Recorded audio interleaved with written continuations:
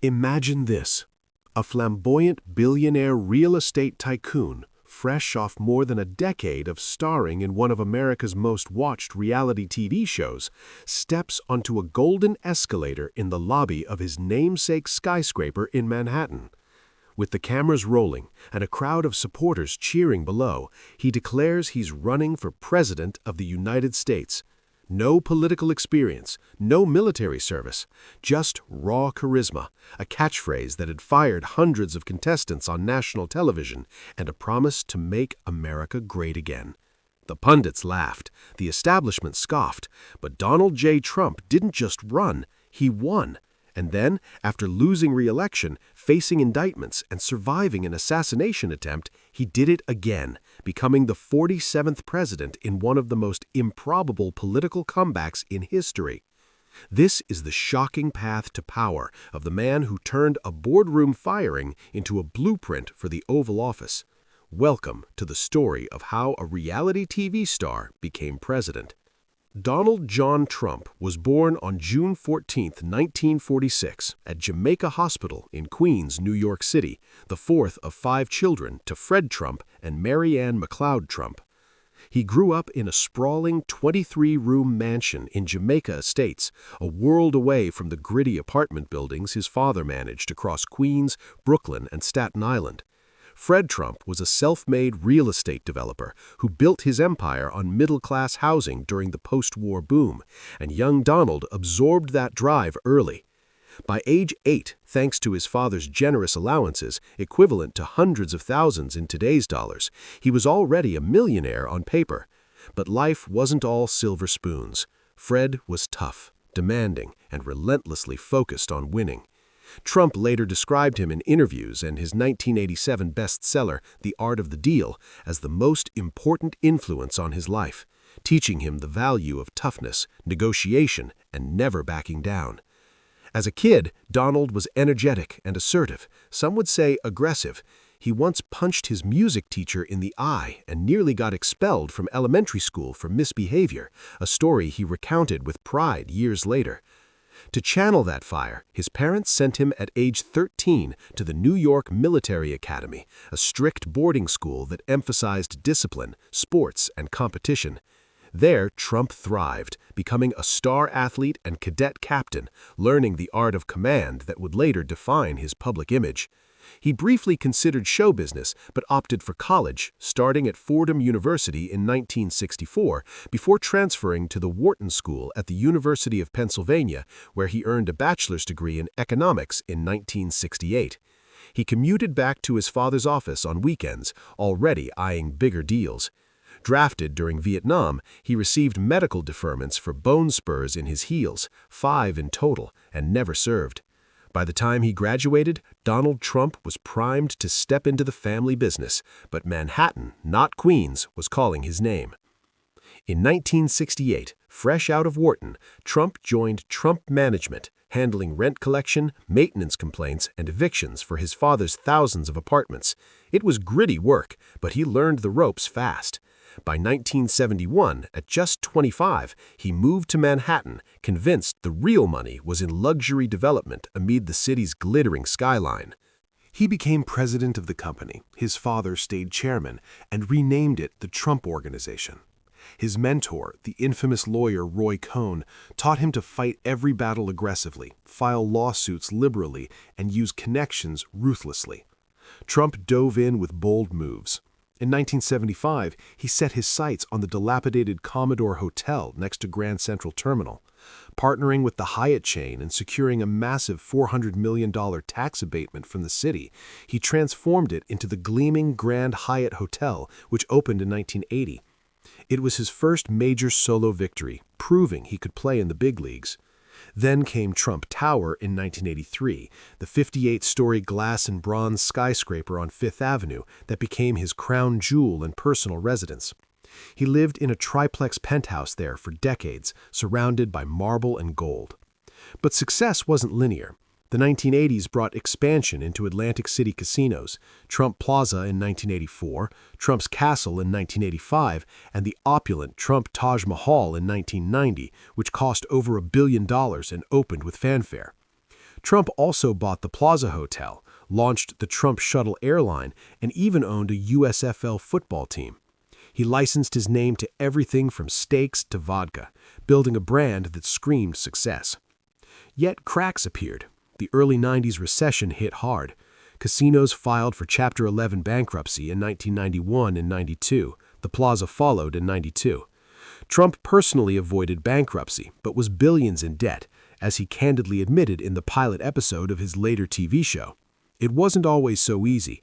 About 13 years ago, I was seriously in trouble, billions of dollars in debt, but I fought back and I won. Big league. He restructured deals, sold off assets like the shuttle, and leaned on his father's loans when needed, including a lawyer buying millions in casino chips to keep cash flowing. By the late 90s and early 2000s, more bankruptcies followed for casino entities in 2004 and 2009. Critics pointed to over-leveraging and flashy spending, but Trump spun it as smart negotiation, using other people's money and walking away stronger. His personal life mirrored the drama. Marriage to Ivana Trump in 1977 produced 3 children before their high-profile 1992 divorce amid tabloid scandals. A brief union with Marla Maples from 1993 to 1999 brought another child, and in 2005 he married Melania Knauss, with whom he had his youngest son. Through it all, Trump branded himself relentlessly. His 1987 book, The Art of the Deal, ghostwritten by Tony Schwartz, became a bestseller, portraying him as a master negotiator who turned obstacles into opportunities. In it, he detailed deals like buying a troubled Cincinnati apartment complex with his father and flipping it for profit, though biographers later noted Fred's heavier hand. The book cemented his image as a self-made tycoon, even as Schwartz later reflected that it captured Trump's survival mode worldview, shaped by his demanding father. By the early 2000s, after the dot-com bust and personal setbacks, Trump's empire was rebounding through licensing and branding rather than pure development. He owned golf courses, including the iconic Mar-a-Lago in Palm Beach, which he turned into a private club in 1995. Net worth estimates fluctuated wildly, from near negative in the 90s to billions by the 2010s, but Forbes pegged him around $4.5 billion in 2015. The real turning point? Television. In 2004, reality TV producer Mark Burnett approached Trump with an idea for a show where contestants competed in business tasks for a job in his organization. Skeptical at first, Trump signed on as host and executive producer of The Apprentice on NBC. Premiering January 8, 2004, it was an instant smash, averaging over 20 million viewers in Season 1 and ranking in the top 10. Contestants lived in a Trump-branded suite, tackled real-world challenges like selling lemonade or negotiating deals, and faced the boardroom where Trump, flanked by advisors, would grill them before delivering his signature line, "You're fired." The show fictionalized his image as a decisive, no-nonsense billionaire CEO, editing his explanations for polish and projecting unfiltered wealth and power. Trump later earned over $400 million from the series and licensing, calling it a game changer. In a 2004 Playboy interview, he marveled at how fame exploded. "People like me much better than they did before The Apprentice, and if you think about it, all I did on the show was fire people." Seasons rolled on, including Celebrity Apprentice, drawing washed-up stars and boosting his pop culture status. He appeared in cameos everywhere, from Home Alone 2 to WWE events, wrestling Vince McMahon in a hair versus hair match at WrestleMania. By 2015, after 14 seasons, Trump had transformed from a 1990s punchline of bankruptcies into a household name synonymous with winning. But the boardroom wasn't enough. In a 2011 interview on The View, he teased politics, fueled by his Fox and Friends appearances and birtherism controversies. The stage was set for the ultimate pivot. On June 16, 2015, Trump descended that famous escalator at Trump Tower, flanked by Melania and Ivanka, to announce his candidacy for president as a Republican. The speech was vintage Trump, stream of consciousness, bombastic and unscripted. "Our country is in serious trouble," he declared. "We don't have victories anymore." He railed against trade deals, China, Mexico, and Washington insiders, promising to build a wall and make Mexico pay for it. The most infamous line, "When Mexico sends its people, they're not sending their best. They're bringing drugs, they're bringing crime, they're rapists, and some, I assume, are good people." NBC fired him from The Apprentice immediately, but the controversy only amplified his visibility. Pundits called it a publicity stunt. Polls showed him leading the crowded GOP primary within weeks. He branded himself the ultimate outsider, using rallies like rock concerts and Twitter as his megaphone. He won primary after primary, defeating seasoned politicians with nicknames like Low Energy Jeb and Lion Ted. By May 2016, he was the presumptive nominee. The general election against Hillary Clinton was brutal. Accusations of sexism, the Access Hollywood tape, Russian interference probes, but Trump's message resonated in Rust Belt states. On November 8, 2016, he pulled off the upset, winning 304 electoral votes to Clinton's 227, despite losing the popular vote by nearly 3 million. It was shocking, a reality TV star in the White House. As he later reflected, the show had prepped him perfectly for the campaign's drama and decisions. His presidency from 2017 to 2021 was a whirlwind of achievement and chaos. Inaugurated on January 20, 2017, Trump signed a flurry of executive orders, repealing parts of Obamacare, advancing pipelines, planning the border wall.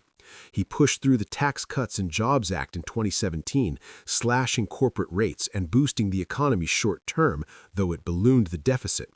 3 Supreme Court justices were appointed, reshaping the court for a generation.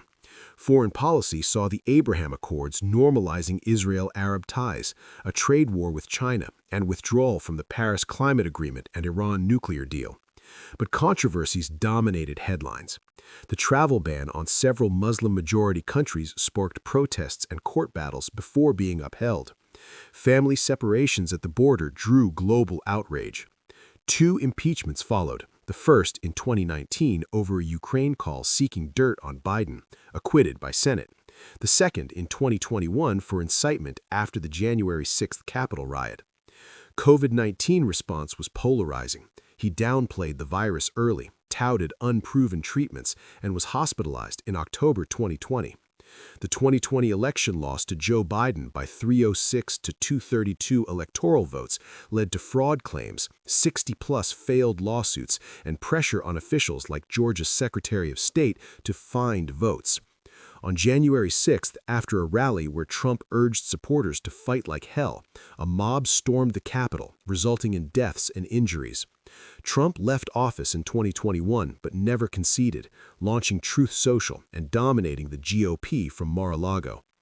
The post-presidency years tested him like never before. Legal battles piled up, including a 2024 hush money conviction, 34 felony counts, later sentenced without jail, civil fraud judgments, and E. Jean Carroll defamation cases.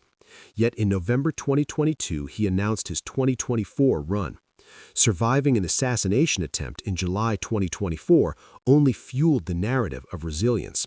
He cruised to the nomination and in a stunning comeback defeated Kamala Harris, securing the popular vote majority and becoming the first president since Grover Cleveland to serve non-consecutive terms. Legal cases were dismissed post-election. By January 2025, Trump was back in power with Republican control of Congress. So what is Donald Trump's legacy, and what lessons does this improbable journey hold? He's a polarizing figure who shattered norms, proving that celebrity, branding, and unfiltered populism can trump traditional politics. Supporters see a fighter who delivered tax relief, criminal justice reform, energy independence, and challenged global elites. Ordinary Americans declaring independence from Washington, as one analysis put it. Critics argue his style eroded democratic norms, deepened divisions, and prioritized spectacle over substance, with January 6th as a dark stain. Historians will debate the long view. Did he realign the Republican Party toward working-class nationalism? Did reality TV logic, drama, authenticity theater, constant conflict permanently change how leaders communicate? From the boardroom of The Apprentice to the White House, Trump showed that image, negotiation, and relentless self-belief can rewrite the rules. He once said real power is fear, but his path reveals something deeper. In an age of media and discontent, an outsider with a story can seize the ultimate stage.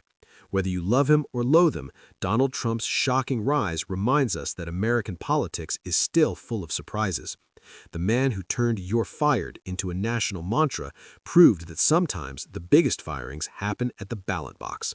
Thanks for watching. What's your take on this wild ride? Drop it in the comments, hit like if you learned something, and subscribe for more deep dives into history's most unbelievable stories. Until next time, stay curious.